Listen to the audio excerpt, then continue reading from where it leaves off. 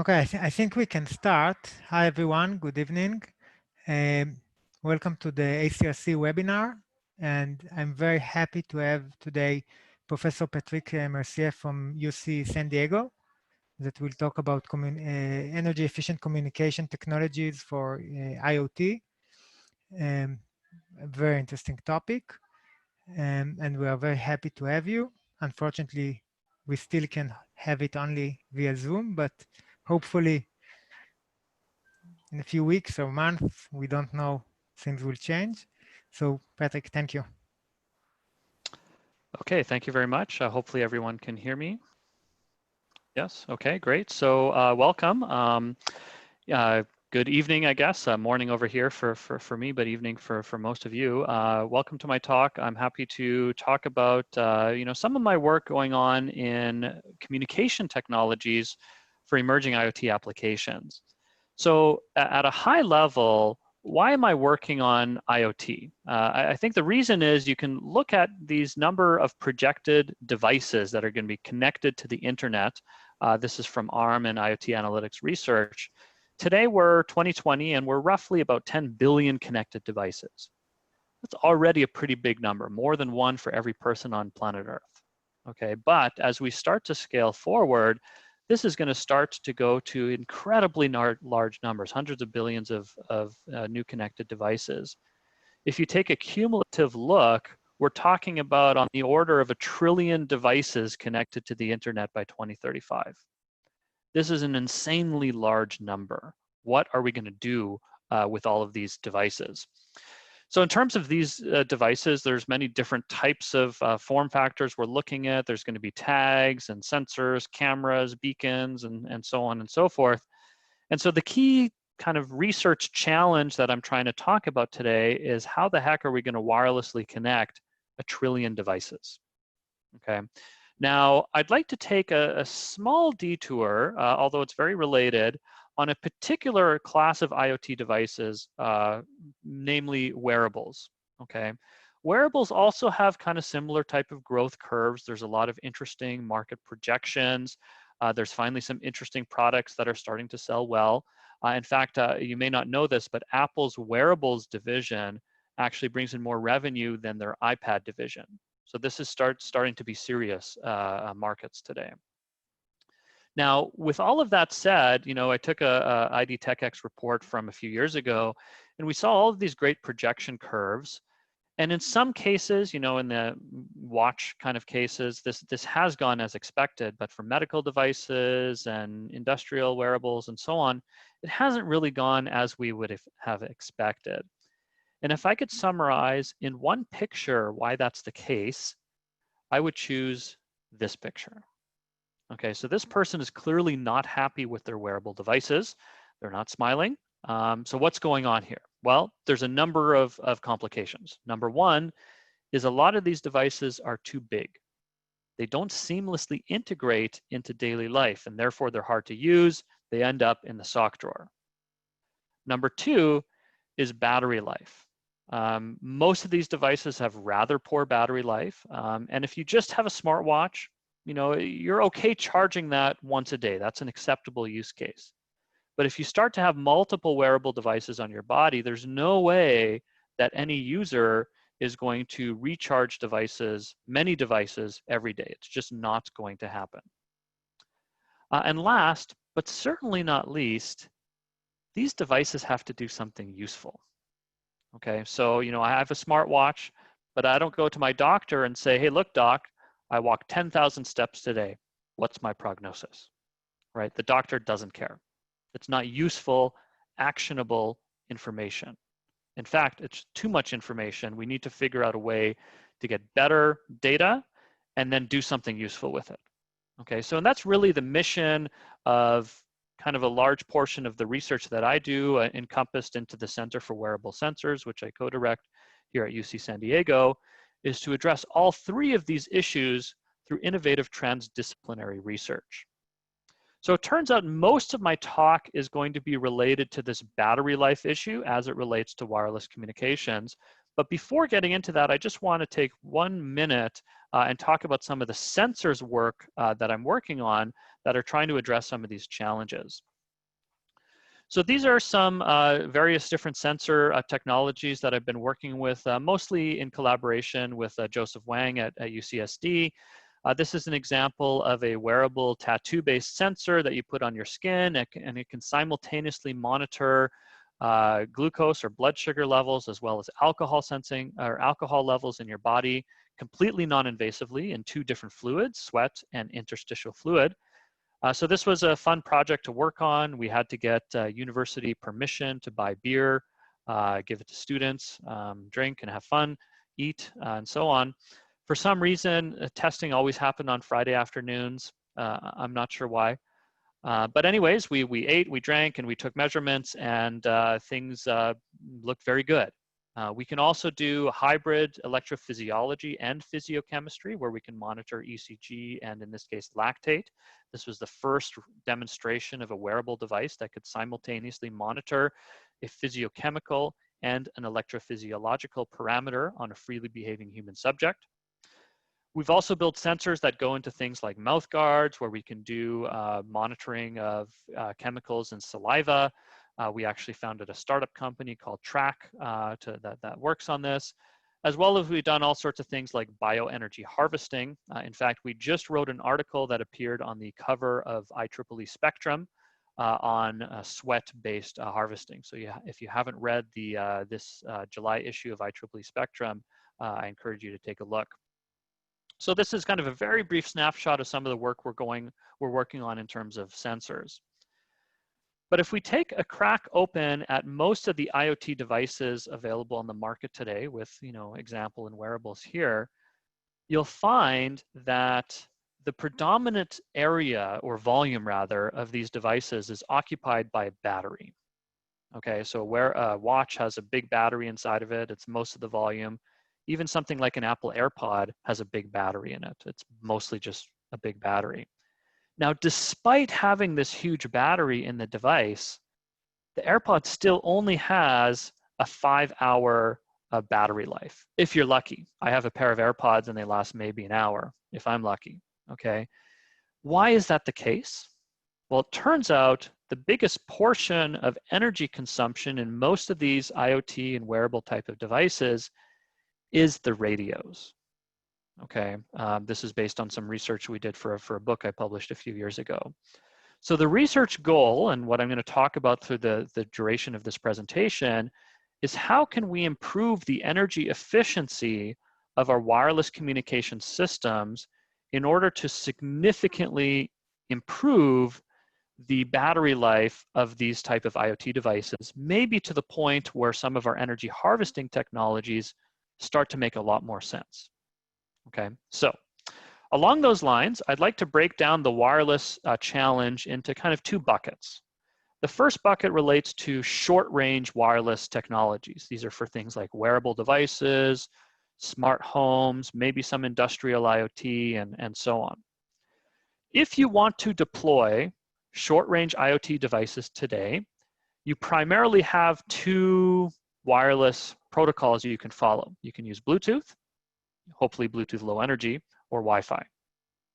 Now, despite having low energy in the name, it turns out that BLE isn't actually that low energy, and there's very good reasons for that, and we'll talk about that shortly. But that's not the only class of IoT devices. The other class of IoT devices is when we get to longer range communication. So this is when we talk about applications for smart cities, animal tracking, asset tracking, and so on.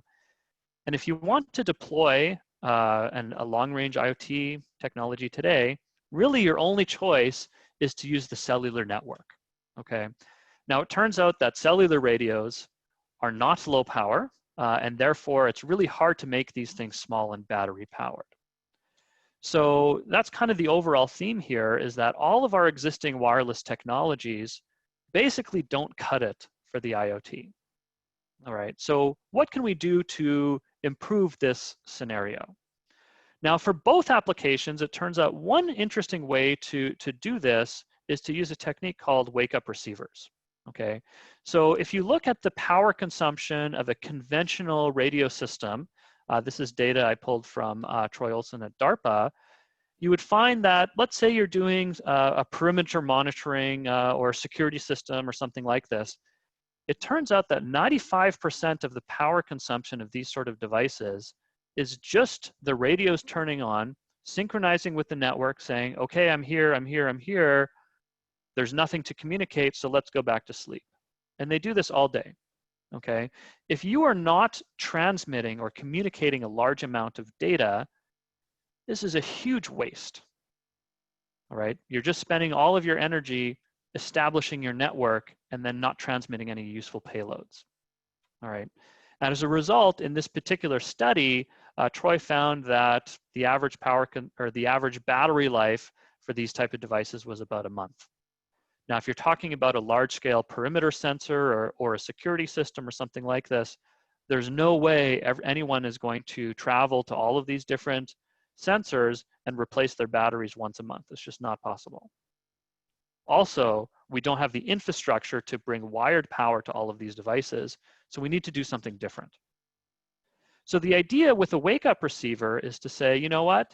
Let's forget about waking up this main receiver and turning it on and off to synchronize with the network. Let's just build a wake-up receiver that's always on and is always monitoring the RF spectrum for very specific RF signatures.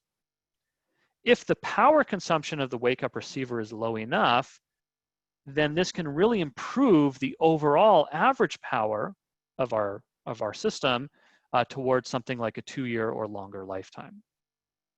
So these are possibly impactful, particularly in applications that have low average throughputs. Okay, so this doesn't really help if you're doing wireless streaming of video, because you're always transmitting and receiving data. But if you're building alarms or security systems or things like this, it can really, truly impact your system. So with all that said, what are the requirements of a wake-up receiver? Well, it needs to be low power because it's always on, right? This is ultimately going to set the power limit of your device. It needs to also have good sensitivity, okay? Ideally, the wake-up receiver should have the same or better sensitivity than the main radio that it's operating with. So let's say, for example, you're building this for a cellular system and the cellular system has a sensitivity of -90 dBm. You better make sure your wake-up receiver also has a sensitivity of -90 dBm. Otherwise, you have to artificially change the network topology in a deployment strategy that may not make sense for you. In addition, you need what I would say reasonable latency. This strongly depends on the application. So, if let's say a fire alarm, a smoke alarm, if we have a 100 millisecond latency between the point where it detects smoke and the point where it notifies the user that there's a fire, that's okay. In fact, if it's a 1 second latency, that's perfectly fine, okay? This is different from what a lot of early wake-up receivers were targeting, which is basically just a means to do asynchronous communication. So depending on the application, we need to target a reasonable latency. And last but not least, we need to make sure that this works in robust settings or works robustly in challenging settings. If we're using the ISM band, we better be robust to interferers and so on. All right, so these are the challenges. So if you look at conventional wake-up receiver architectures, there's kind of a conventional heterodyne or homodyne type of structure where you have a local oscillator, you mix down, maybe you forget about the LNA to save some power, but this looks basically like a normal radio. And the challenge with doing this is it turns out just generating the LO takes a lot of power, and that ultimately limits you and may be detrimentally. The other approach is to say, well, let's forget about the LO. Let's just directly energy detect the RF spectrum. This way we don't have, if we forget about the LNA, we have no RF components. We only have baseband components, so we can achieve very low power. However, doing this typically means that you're going to have rather poor sensitivity. And so how can we improve both of these approaches? I'm going to talk about both of them in different example projects. So the first project I'll talk about, we published a few years ago. This was kind of the first demonstration of a wake-up receiver that could operate with nanowatts of power consumption, so extremely low power, and yet still get pretty good sensitivity. And the key insight here is that we built an envelope detector that had a sufficiently high input impedance such that we could build a impedance transforming filter that had high amount of passive voltage gain. All right, so we're no longer interested in maximum power transfer and so on. This is an envelope detector that is sensitive to the voltage at its input. And so we want to maximize the voltage at the input, not the power at the input. Okay, we specifically do that by designing a high input impedance envelope detector. I believe this was on the order of about 10 kilo ohms of impedance, yes, at RF frequencies. And by doing so, we could get about 25 dB of passive gain, free, no power consumption at all. And then this envelope detector goes into a comparator. We have a baseband, a correlator, oscillator, and so on and so forth. If we signal with on-off keying, this works perfectly fine, okay? So as I mentioned, we published this a few years ago, and the power consumption was 4.5 nanowatts, and the sensitivity was minus 69 dBm at a wake-up latency of 53 milliseconds. So if you took a look at the landscape of low power radios, plotting sensitivity versus power consumption, at the time that we published this, we were way out in left field over here. Okay, no one was even close. All right, so this really kind of opened up some really exciting new application spaces where we don't have to consume a lot of power, and yet we can get pretty good sensitivity. Now, since we published that work, we've done some improvements. In our first work, we used an active envelope detector. It was effectively just a sub-threshold biased device where we were using the exponential nonlinearity to do the squaring function. But it turns out that an active envelope detector, well, you need to bias it. And when you bias a transistor even in sub-threshold, you have flicker noise. Okay. There's someone on the line who's not muted. If you could mute yourself, please. Thank you. So the idea here is we went ahead and built a passive envelope detector instead.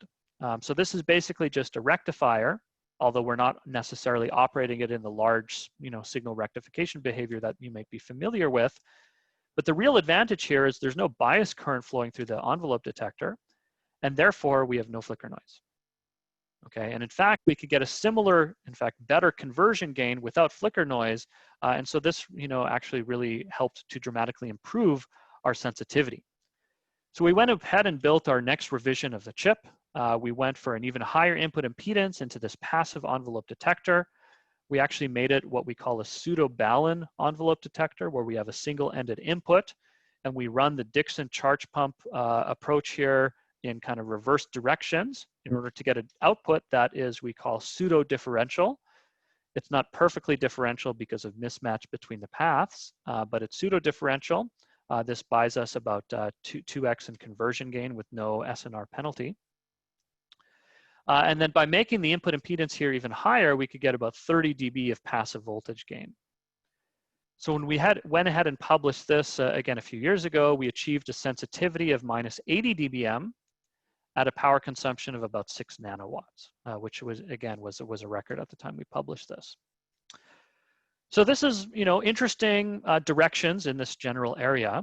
There's a few challenges that remain here. Number one is that, we are doing totally custom on-off keying based modulation. We're not compliant with any standard. In this particular work, we were operating at relatively low frequencies at hundreds of megahertz in the FM band, FM radio band. And number three is we're very susceptible to interferers. Basically, our only ability to reject interferers occurs through this high Q transformer filter, which has, high Q, but still a limited bandwidth. And our baseband correlator that is looking for predefined signatures, kind of like a CDMA kind of approach, okay? So what I'd like to do is talk about this low frequency operation first, and then we'll talk about the interferers and standards challenges second. So it turns out if you take a look at wake-up receivers, you'll find that what we're plotting here is the amount of gain you can get from your passive impedance transformer on the y-axis versus carrier frequency on the x-axis. And you can see a clear trend here that as you go up in frequency, the amount of passive gain that you can get decreases. Okay, and this makes sense. It's harder to build high impedance structures at higher frequencies because of capacitive parasitics and so on. And so this is a real challenge. The benefit, however, of going to higher frequencies is the size of your antenna required to get the same antenna gain goes down considerably. Okay, and that was a big limitation. If you're at 100 megahertz, yeah, you can build a high gain system, but then you have a very low gain antenna if you want to build it in a small size, and so that's a problem. The other thing that is not really talked about in the literature is that all of these very low power wake-up receivers are horribly temperature sensitive. Okay, so they're biased in sub-threshold. Threshold voltages, thermal voltages, and so on change, you know, to a large extent with temperature, and as a result, their sensitivity really drops off if you're not, you know, testing your circuit in a temperature-controlled oven. Okay, so the next project we worked on is a low-power 9 gigahertz wake-up receiver. In this case, we were operating at X-band at 9 gigahertz. Our power consumption was a little higher than before, 22 nanowatts, but still extraordinarily low. And through very careful design, we were able to achieve a sensitivity about minus 69 dBm, same as our 100 megahertz design, including robust temperature operation over a reasonable temperature range. And interestingly, in this particular work, we actually co-designed the antenna, and the total area, including the antenna, was about 4.5 square centimeters. So again, the approach here is a very careful design of your impedance transformation network. Very, very careful management of parasitics, connecting the matching network to your common mode biased pseudo-Balun envelope detector. This was the hardest part of the project, is making sure that our impedances here is extremely high at 9 gigahertz, very hard. And then being even more clever about how we're doing our baseband circuits, common mode feedback, temperature compensation, and so on. So the end result is that we could get, you know, pretty good sensitivity without the antenna here over a wide of temperature ranges. And if you look at the figure of merit, which in this case combines wake-up latency, power consumption, and sensitivity, the three key ingredients for a wake-up receiver, and plot this versus carrier frequency, you can see that we are achieving very much state-of-the-art results in this case. And we could maintain sensitivity to within 3 dB across temperature variation. So that concludes my discussions on non-standards compliant wake-up receivers. But if you want to deploy something today, you really need to operate with a standard. And it turns out that's hard. Okay, but it also turns out there's some ways around this.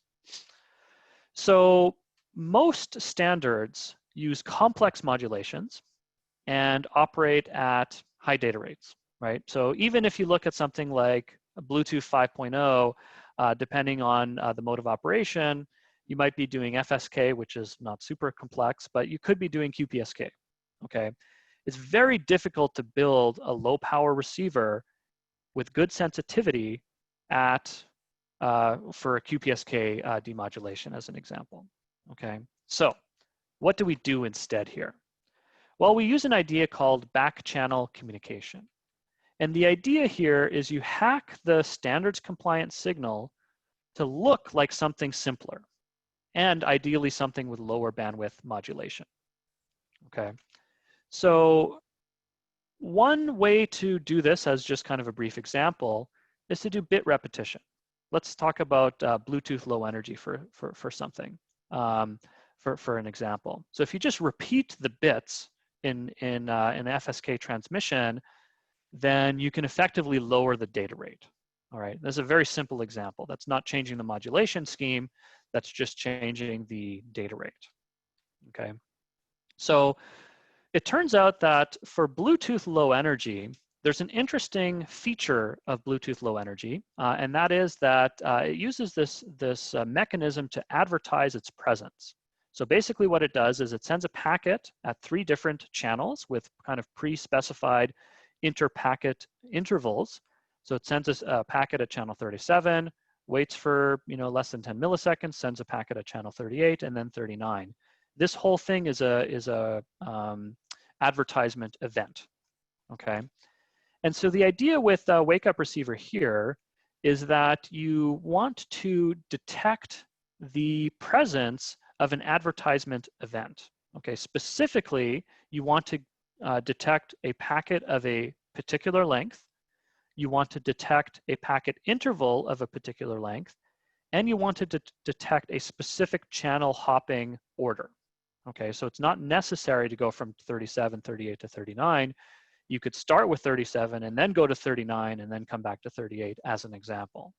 Okay, so we ended up building a wake-up receiver that used this information, the packet length, the interpacket interval, the received signal strength, and the packet hopping sequence as a 4-dimensional wake-up signature that could generate on the order of about 20,000 different unique wake-up codes.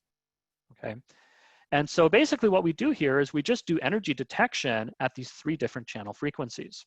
All right, so the overall architecture is somewhat similar to a conventional receiver architecture, but with a few key differences. One is we indeed rely on a passive impedance transformation network in order to improve the voltage seen at this node here. And then what we actually do is we have a switch, and we're able to get from Broadcom a single die 3-channel F-bar filter, which happen to have their filter center frequencies at the 3 different advertisement channels. And we specifically use this to give us a little bit of adjacent channel rejection capabilities, but also the F-bar filters also happen to have a null. Okay, so what we can do is we can actually build a PLL that generates an LO that is 8 megahertz below the channel that we're trying to capture, such that we can build an intermediate frequency stage where the null happens to land directly at the image frequency. So we do image rejection through this 3-channel F-bar filter. Okay. Now, it turns out that building this PLL is definitely the most power-consuming part of this whole circuit. We spend a lot of time trying to make it as low power as possible. Based on the careful frequency plan, we could at least make it an integer n PLL, so it could start up quickly and doesn't have any fractional dividers and so on. And in addition, we've actually made the output frequency 3x lower than the LO, and we used a 3x multiplier through the design of this multi-stage mixer, which also happened to include a N-path filter in order to reduce the power consumption of LO generation and mixing to be as low as possible. So the nice approach of this is that we have frequency hopping, and as a result, we have some inherent frequency diversity.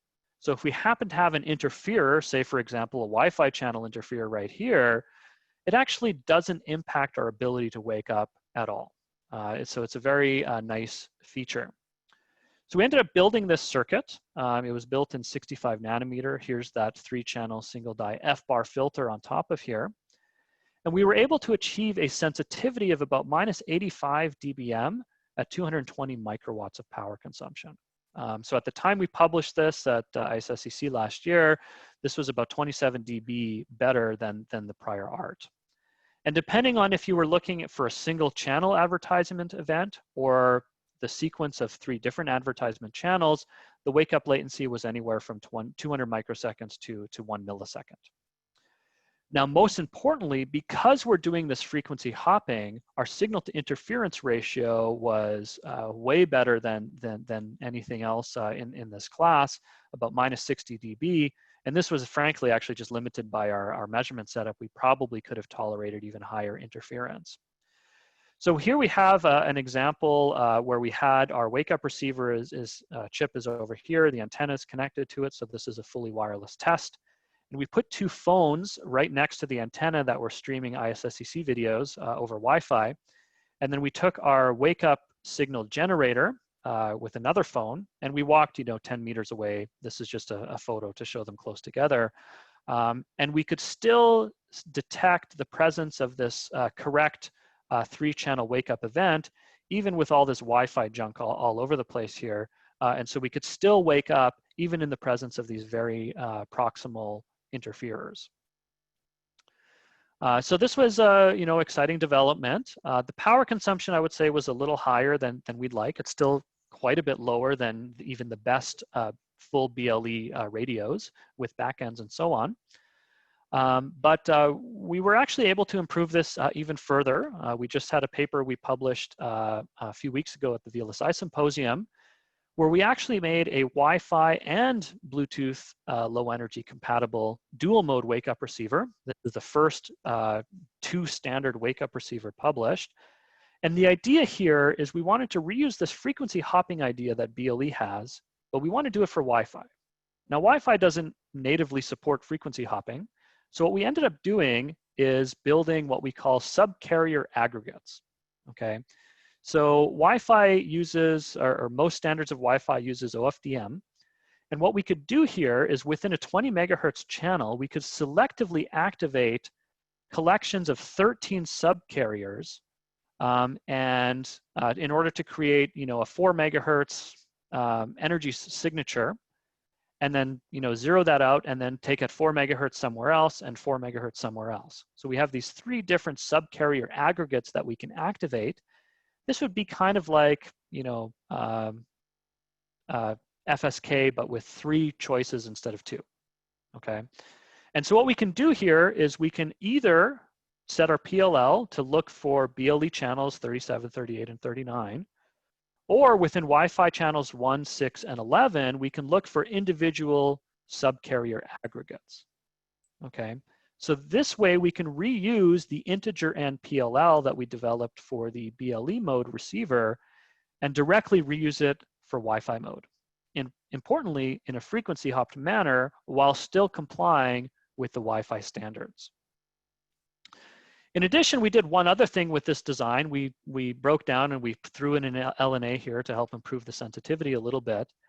But then we went to an IQ mixer because you'll note that we don't have a F-bar filter in front here because we can't find an F-bar filter that would support all the BLE channels plus all of the Wi-Fi subcarrier aggregate channels. So what we did is we mixed down to IQ and then we built an on-chip polyphase filter in order to do the image rejection prior to final mixing down to baseband and envelope detection.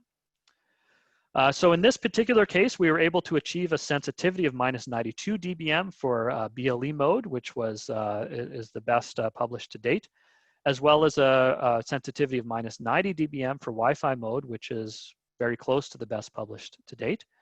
And in addition, we were clever about how we were doing duty cycling such that we could get the power consumption down to about 4 microwatts while operating over a 1-second latency. In addition, because of the frequency hopping mode in both Wi-Fi and BLE modes, we could get a signal to interference ratio better than about -67 dB, which is very good. Okay. So moving on, what I'd like to do now is focus a little bit more on how to do short-range communication, but in this case for transmission rather than just wake-up receivers. So as I mentioned earlier, if you want to deploy an IoT device in a smart home, for example, or even a smart office, something like this, today, the only option to network it is Wi-Fi. Unfortunately, as you may know, Wi-Fi transceivers are rather complicated, right? They're supporting OFDM, high data rates, high linearity requirements, and so on. These require tens to hundreds of milliwatts of power consumption. So there's a reason why most Wi-Fi devices plug into the wall because of this very complicated radio. So the idea that we decided to explore, or perhaps re-explore, is the idea of doing backscatter communication. This is a technique that's been used in RFID systems for many years. Can we somehow translate it to a fully Wi-Fi interface? And the answer is yes, and I'll show you how. So the idea here is you take your Wi-Fi access point, maybe it's your router, or maybe it's your phone, and you wake up a tag to say, okay, hey, it's your turn to start backscattering. Okay, so let's send you a Wi-Fi packet. We will decode this Wi-Fi packet and then somehow modify it and send it back for reception back at the access point or a phone or something like this. Okay, in this way, we can eliminate all of the active RF circuits on our tag. this will make it extremely low power. However, we need to figure out a way to make this whole thing compliant with Wi-Fi. In addition, we probably don't want to do on-off keying modulation simply because it's very spectrally inefficient. We must be able to do things better, okay? So as I mentioned, backscattering itself is not new. NFC does this all the time, but it's working at 13 megahertz, you know, the range is centimeters. RFID does this as well. The range can be tens of meters. However, you know, it typically has a dedicated RFID reader that generates a continuous wave signal, and then we have on-off keying modulation coming back to it. This is not compliant with any Wi-Fi hardware, and so if you want to deploy a backscatter system using RFID, you need to deploy RFID readers all over the place, and this is very expensive. So what we want is something that doesn't require any additional deployment of hardware. We want to use our existing Wi-Fi access points or phones and be totally compatible with them. In addition, we want to have some sort of interference robust modulation that's, you know, not totally spectrally inefficient. So let's get into the details of backscatter modulation. What happens with backscatter modulation is you have an incident wave that, you know, is incident to the antenna, and it goes into the chip. And if this switch is turned on, then the antenna sees a 50 ohm load, and all of the incident wave energy is absorbed by this 50 ohm load. Nothing is reflected back, okay? So the reflected wave is 0 in this case. However, if we open the switch, then the incident wave sees a high impedance. This is a mismatch to its 50 ohm source, and as a result, you get a reflection. And this reflection goes back out through the antenna. This reflection is something that you can measure. Okay, so this is the very basic way to do backscatter modulation. Now, in this particular case, we're only doing on-off keying. We're only taking the incident wave and sending it back or not. In addition, the reflected wave directly overlaps with the incident spectrum. Okay, so you basically have a self-jammer problem. As a result, it's very difficult to operate these links at over 10 meters simply because of your self-jammer. So there's a few things we can do to help improve this situation. One is we can modulate our tag data. Okay, so instead of just directly taking the baseband data and you know, turning the switch on and off, we take the baseband data and we mix it with an IF clock. And what this does is it effectively converts from on-off keying modulation to phase modulation, or BPSK. Okay. We have some zeros that can come in here, so we lose a little bit of signal energy doing this. But if you look at this, we're either taking the tag data and modulating the incident wave with a positive IF clock or a negative IF clock. Okay. So what this does is it takes the backscattered signal and it translates it to a different frequency. In fact, to 2 different frequencies. This is double sideband modulation.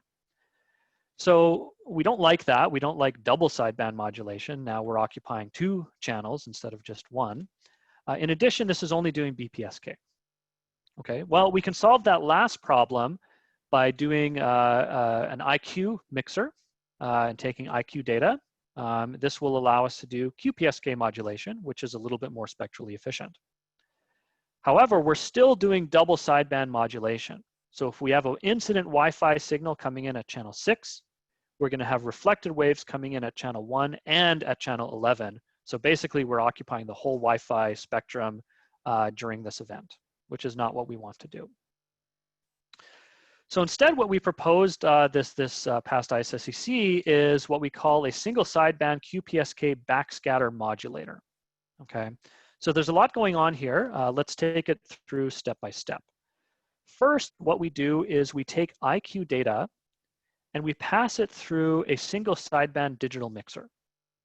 Okay, so we have 0 and 90 degrees IF clocks, and we do our IQ mixing here, and depending on the polarity of these adders and subtractors, we'll get either mixing that goes up to the upper sideband or down to the lower sideband.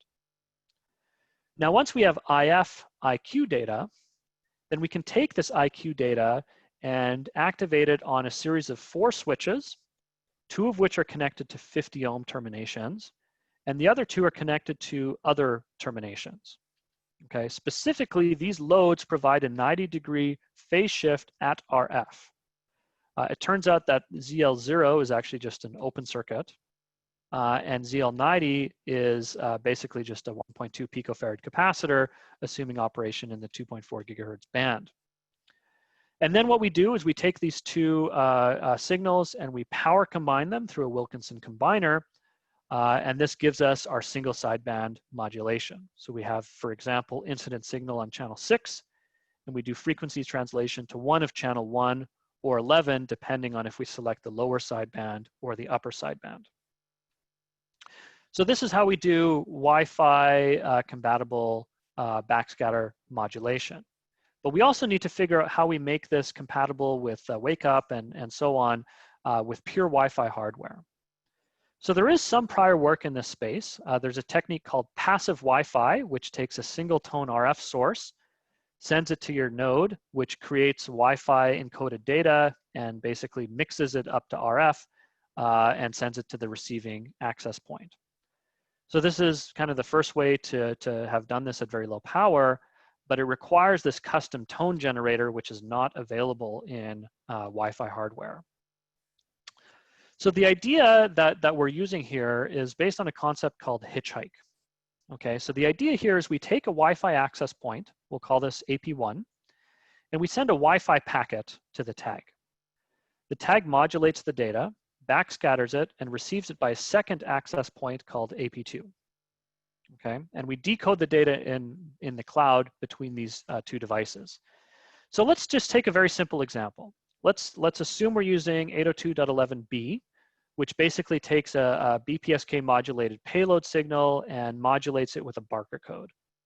Okay, so what we do here is we take our access point and it generates some known payload data. It sends it on channel 6. Our tag will take this data and modulate on top of it. Now I'm showing a circulator here. This is just for illustration. In reality, we're not using a circulator. So we'll take this tag data and we'll frequency translate to channel 11. Channel 11 is now going to get the mixed data between the AP1 payload and the tag. And so basically all it needs to do now is, just to step through this animation, if the tag data is 0, then the AP payload data basically goes through to AP2 unchanged. And if the tag data is 1, or in this case -1, when we've converted to BPSK, then the demodulated data at AP2 is just the phase inverse of the sent data from AP1. Okay, so basically all we have to do is XOR this data stream with this data stream, and we recover the tag data. One of the downsides with this hitchhike is that there was no chip. They had severe downlink range limitations due to a poor wake-up scheme and so on. And so we were able to basically solve all of these problems with a custom chip. So here's the solution. We have a wake-up receiver here that is used to turn on the backscatter modulator at just the right time. This is a Wi-Fi compliant wake-up receiver. And then we have the power combiner and the single sideband mixer and so on and so forth. The chip was implemented in 65 nanometer CMOS, occupies very small area. So you can see here that we have an incident signal coming in at channel 6, and we can reflect it back on channel 1 or channel 11 with about 17 dB of image rejection in our technique here. You can see the incident signal because in this test we were using a circulator which had finite isolation. But the key benefit of this technique is we are fully compliant with Wi-Fi, and we only consume 28 microwatts during active mode. So this is about 1,000 times lower power than conventional Wi-Fi approaches. And it actually works. It works over appreciable distances. Okay, so this is an example test setup where we have, a TP-Link access point over here. We have another one down the hallway. We put our backscatter tag in the middle here.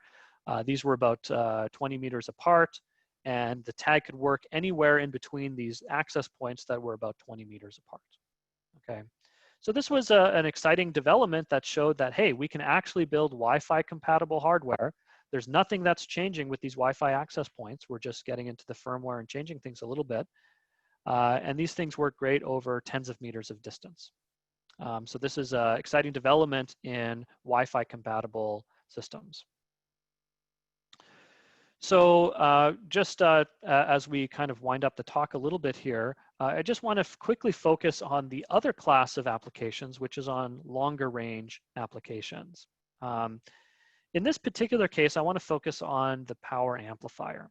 We have work on receivers and so on, but I want to briefly touch on the power amplifier.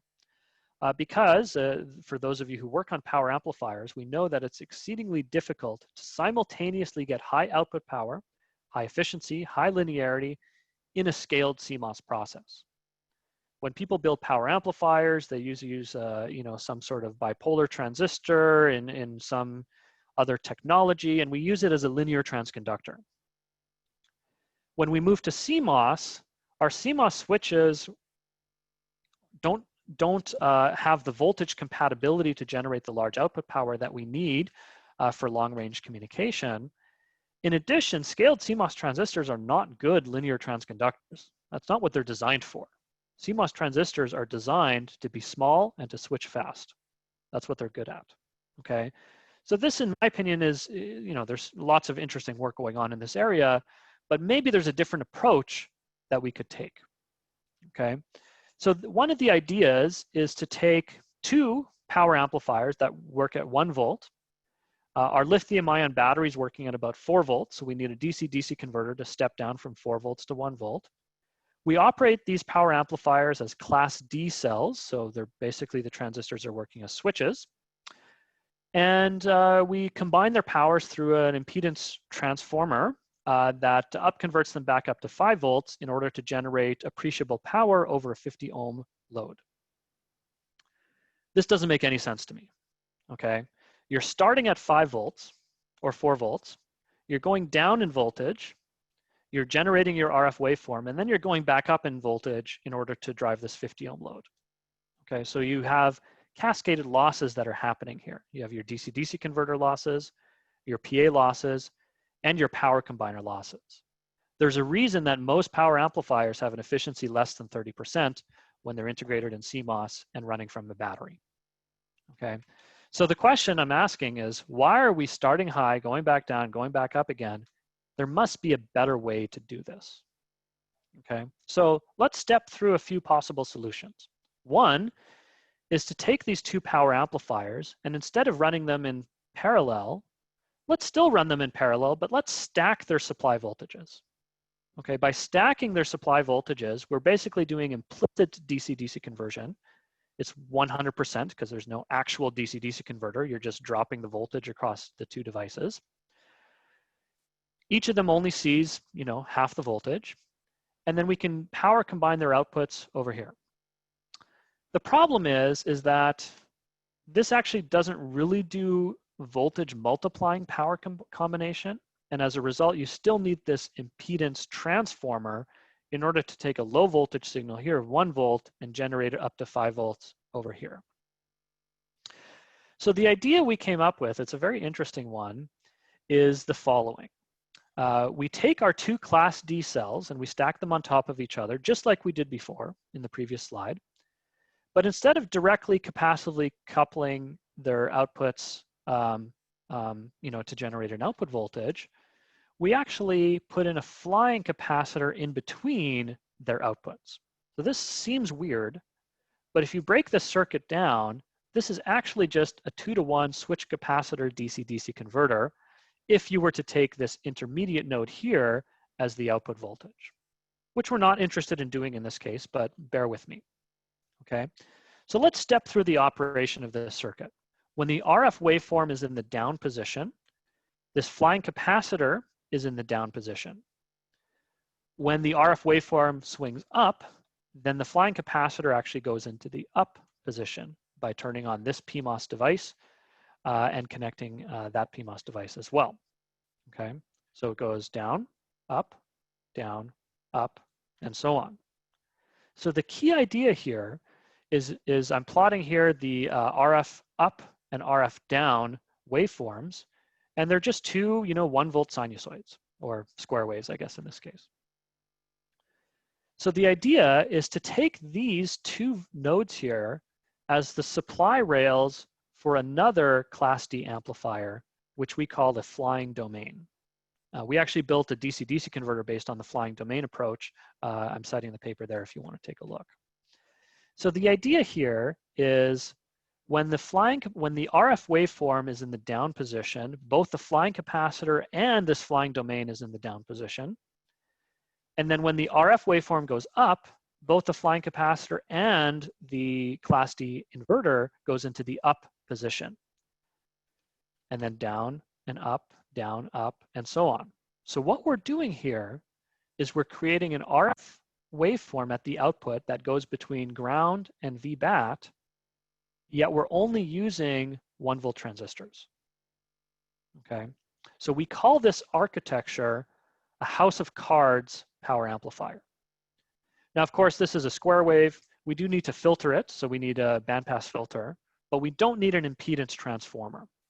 So what we say here is we're doing high power RF waveform synthesis directly from a battery voltage using only low voltage transistors. Now, this is just a simple example of a stage of 2 and then 1. We ended up building a stage of 4 and then 3 and then 2 and then 1. So, you know, if you flip it on its side, you can kind of see why we call this a house of cards architecture. All of these transistors are only 1-volt transistors, and yet we can operate all the way up to about 4.8 volts of battery voltage. And not a single one of these transistors gets a voltage mode violation. In this particular case, we implemented this in a 65 nanometer low power process, which was a terrible process to demonstrate this in, but it was the one that we had access to at the time. And what we're showing here is the efficiency of a Class B PA, assuming that it had some sort of DC-DC converter powering it from the lithium-ion voltage. And we can see at peak power, we get an 8.3 dB performance improvement. And due to a back-off-based Doherty structure that we integrated into this house of cards architecture, which I didn't really get a chance to talk about, we got also a huge improvement in efficiency at 6 dB back-off. Now, this was just our modeled results, but our measurement results were bang on. And so we were able to get better than 40% lithium-ion battery to RF power added efficiency at both peak power and at 6 dB back off. We published this a few years ago, and to the best of my knowledge, this is actually still the record for a CMOS battery powered PA.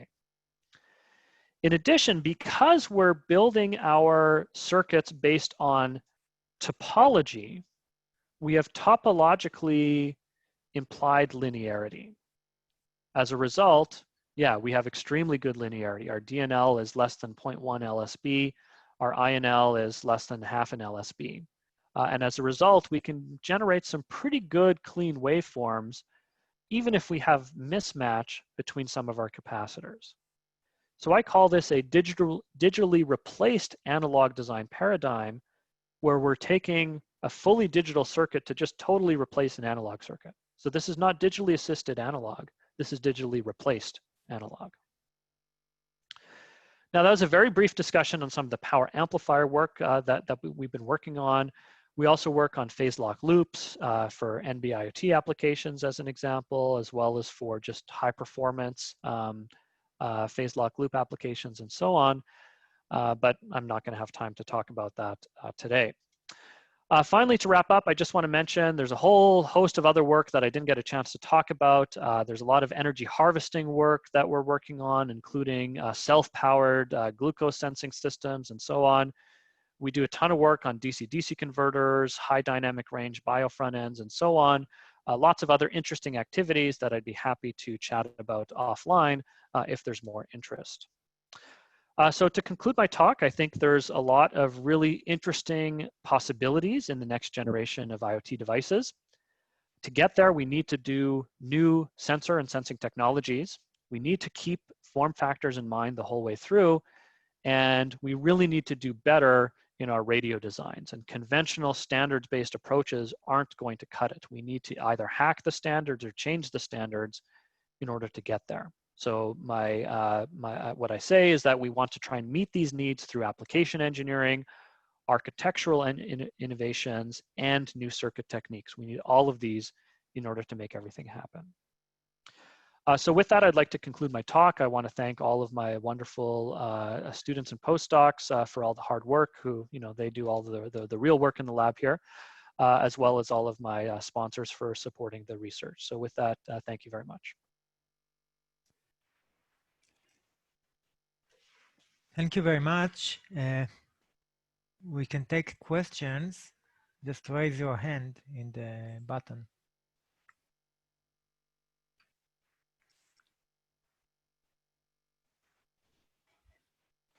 Anyone have questions?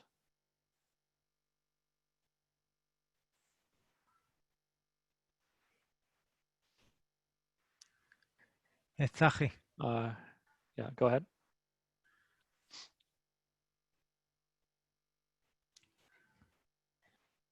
Tzachi, I probably need to unmute you. Okay. Yeah, okay. First of all, thanks for a truly interesting and inspiring talk. I have a very high level question. If you take the smoke detector example, where would the wake up receiver come to play? I guess not at the detector, unless the idea is to sample it, to kind of poll it. Yeah, I think that would be the case, right? So you want to poll it to assess its battery life and things like this, right? So you do want to have two-way communication to all of your connected devices, not just one-way communication. So that's where, for particular a smoke detector, that would be applicable, I would say.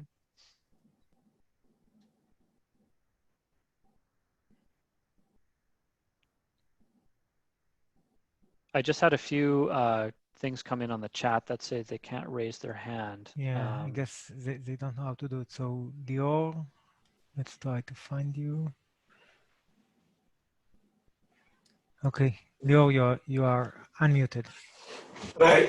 Just a quick question. I used to remember we have problems with supply ringing. So how do you get? Because I mean the current changes all the time through the through either the PMOS or the NMOS. So how do you handle that? Can you specify what circuit you're asking about? The D class. The D class. Okay. And yeah. So you're asking about supply ringing? Yes, correct. Yeah, we tested this with a benchtop supply that had a rather long lead wire going to the circuit. We didn't observe any significant ringing. Maybe because the switching is distributed throughout this structure, that it's kind of reducing some of these big current spikes. However, in our switch capacitor DC-DC converter work, we definitely do see this where we have these huge amount of capacitors that are all switching at the same time. And that does have some, large supply instantaneous currents. So you need very good decoupling in order to mitigate that, basically. The other thing you can do, as we do a little bit here, is do a little bit of phasing between the switching events so that you don't have all of the inrush current happening at the same time. All right, thank you.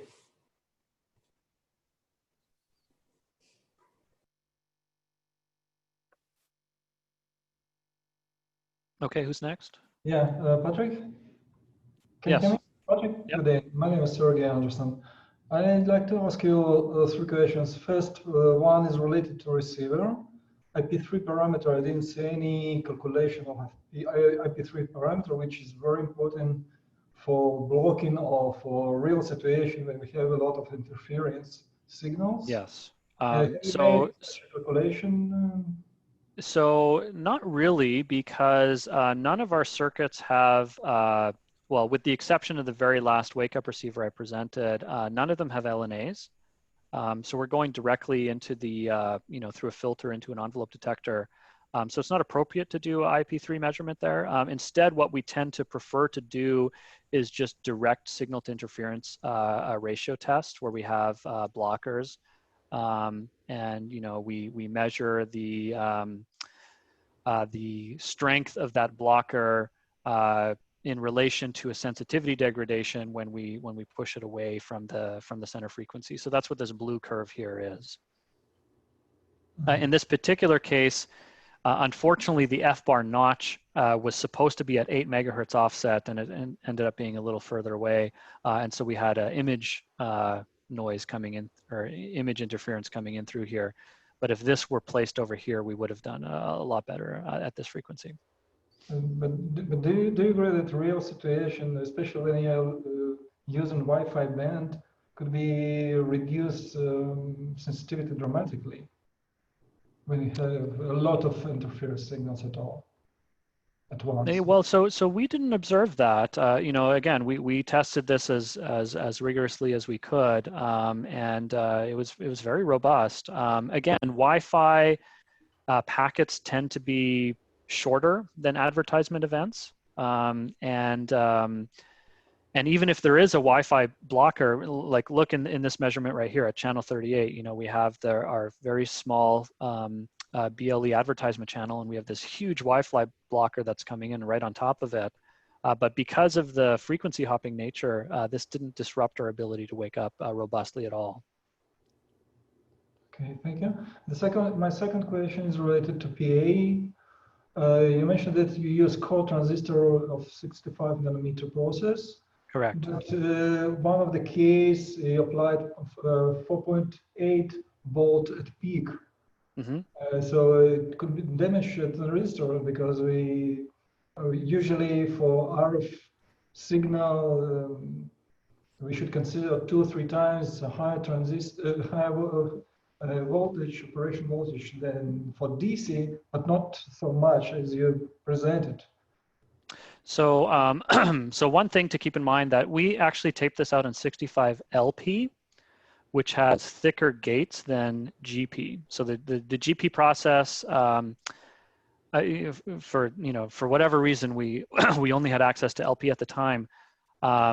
The thicker gates actually allows for 1.2 volts versus 1 volt in the GP process. So even though it's a slower process with worse parasitics, it was actually somewhat beneficial in this regard, because we could operate at higher voltage. Your point is well taken, though.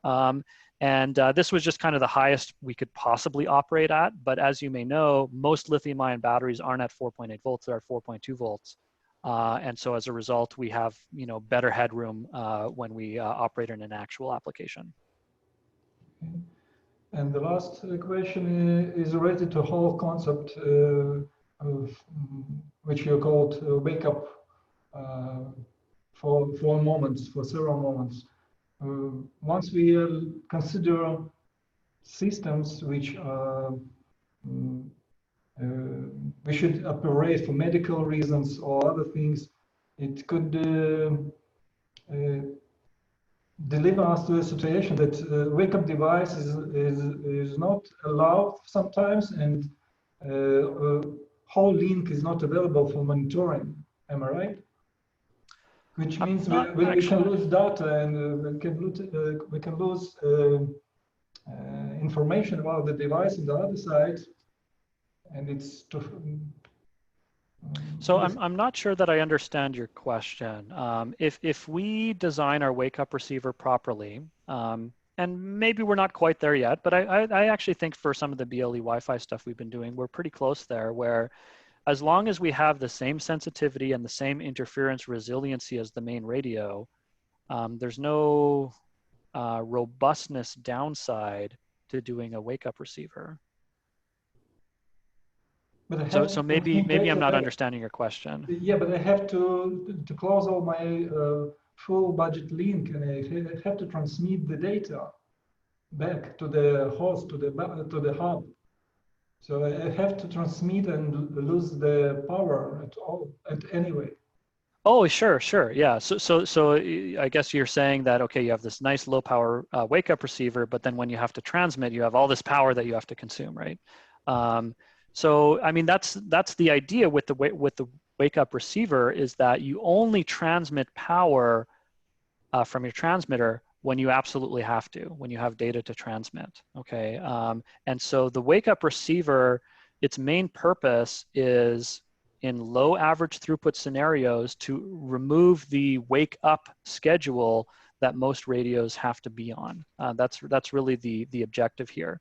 But once the wake up receiver activates and turns, says, hey, wake up, then we just use our normal, radio for either receive or transmit mode if we want to transmit a lot of data or receive a lot of data. So this consumes the same amount of power. This is just a better way to duty cycle the main radio. That's the real motivation for using a wake up receiver. Does that make sense? I see, yeah. Thank you, Patrick. Yeah, sure. You're welcome. Chaim, I'm unmuting you.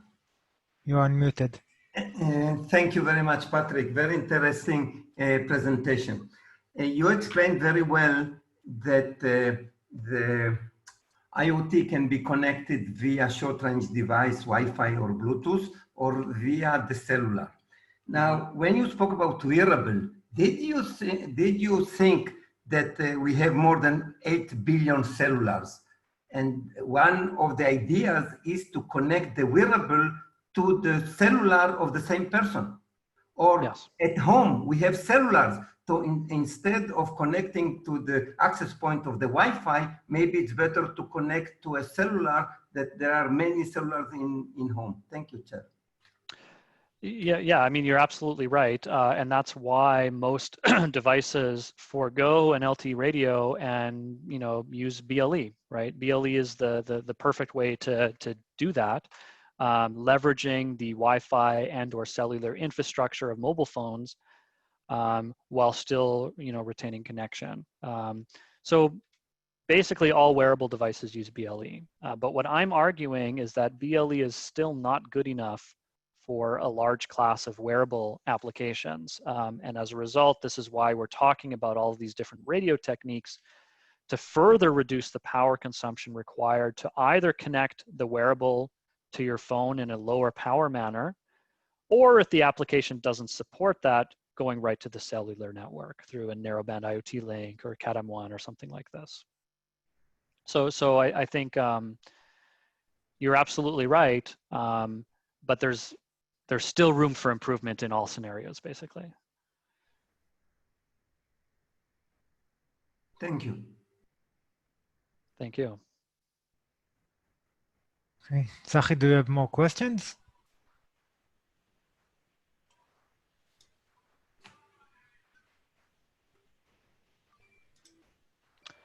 If anybody, there was a question here that said, will the slides be available? I'm happy to share the slides if you like, yes. Back again to the high-level system architecture. If I understand correctly, the wake-up receiver really competes with what I would otherwise need to do, which is keep some local clock running somehow. Yes. And the counter, and every once in a while know that now I should wake up to see if anyone wants to tell me anything or want anything. So this is really I guess the comparison. Correct. Because otherwise, if I'm the initiator, I wake up and transmit anyhow. Someone else cannot know when I have something. They need to ask me. So they need to run on some schedule to prompt me anyhow. So they will need to have some kind of a clock. I'm saving it. I think one place that you didn't mention, but maybe relevant in some cases, one way to save actually RF power is by using relays. Even relays that are small like these, because the 1 over r squared phenomenon, to get information in a distance d, you're better off to do it in multiple segments. Mm-hmm. So if you can have the relay operate more efficiently by virtue of, let's say, the initiator transmitting and initially waking up the relay's receiver, so it knows to now listen and relay, then you're saving power at the relay. again, for sparse communication, not for video streams. So this Yep. may be an interesting case for you. And my final, so this is a comment. My final question is, you talked about hundreds of billions, trillion devices, which means that you need to also look at very dense environments. And there you mentioned your sensitivity, your interference, resilience, etc., which is one aspect. But another is the efficiency or lack thereof of using the spectrum. Because when you're using the crude modulations in order to save your circuitry, you're using the spectrum, and efficiently, when I look at it from a, as a total system perspective. So where do you see, or do you see any eventual limitations in practice, again, in very dense environments, not of video streams, of the kinds of stuff you're talking about? Sure, yeah, so all of your points are perfectly correct, yes. So with regard to relays, we actually have some interesting ideas that we're working on right now, and we'll see if they work out in practice or not, but stay tuned on that one. It is a good idea. And you're absolutely right that the wake-up receivers are basically competing against clocks. And we've done a little bit of work. We actually haven't published this yet. We're about to, but we did a little bit of work of modeling of where the trade-off is. You know, at some point, clocks, you know, just relying on clocks and waking up on a schedule is going to be more efficient than having a wake-up receiver on all the time, because the wake-up receiver is definitely going to consume more power than a clock. And so it depends on how accurate your clock is, how much it drifts over time, and what's the expected duty cycle between wake-up events and so on. But there is, at least in our models, a point where wake-up receivers definitely win over waking up with respect to a clock. Now, with respect to your, the last question was what again? Sorry. Total in very dense environments. Spectral efficiency. Yeah, right. Yeah, you're absolutely right. And unfortunately, if you look at the low power radio literature, everybody who is low power, and I mean actually low power, not milliwatts, is using on-off keying or FSK. That's it. Nobody's using even BPSK, simply because for BPSK, you need a really good local oscillator with reasonably good phase noise, and that's really hard to build for less than, say, 500 microwatts of power consumption. With that said, this is actually an active area of research that we are working in. For example, I didn't talk about this, but we built a fractional NPLL for narrowband IoT that's, you know, communicating using a much higher index modulation scheme than what we talked about earlier. Its power consumption is about 0.5 milliwatt in active mode, which is a record for this kind of class of approach, but still much higher than what we'd like. And so there's active research going on in my group, at least, on how do we build synthesizers and the corresponding other RF infrastructure to support spectrally efficient modulations at low power. And then the other approach is, you know, basically based on this backscatter stuff is, you know, with backscatter, we can do QPSK.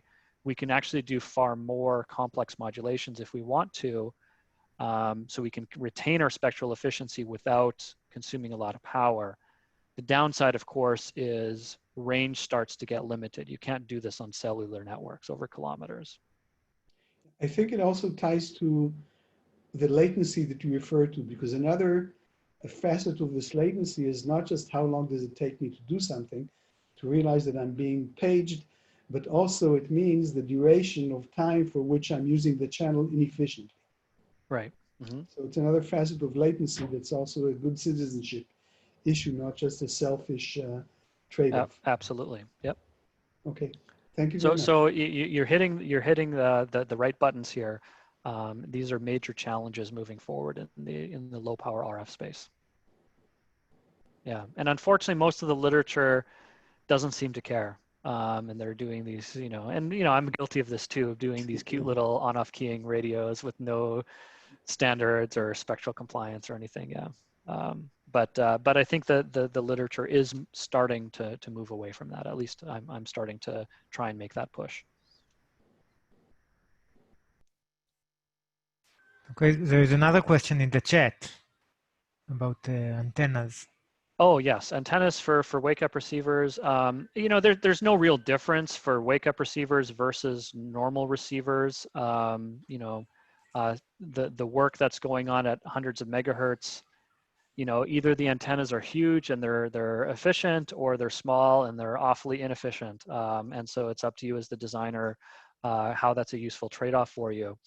I would argue it actually, in retrospect, doesn't make a lot of sense to build wake-up receivers down in this frequency range, because if you need this huge antenna, why don't you just have a huge battery instead? And so why do you need to consume such low power? So I would argue actually going up into this frequency range is where things get a little bit more practical. For example, you know, this was our 9 gigahertz wake-up receiver that had an integrated antenna on board anyways. And the area of this particular antenna is only a few square centimeters at 9 gigahertz. But you know, at 2.4 gigahertz, there's a lot of work on wake-up receivers, and these guys are, you know, using commercial antennas you can, you know, put in phones and wearables and so on. So there's nothing really fancy or special that's going on here. Okay. Any other questions?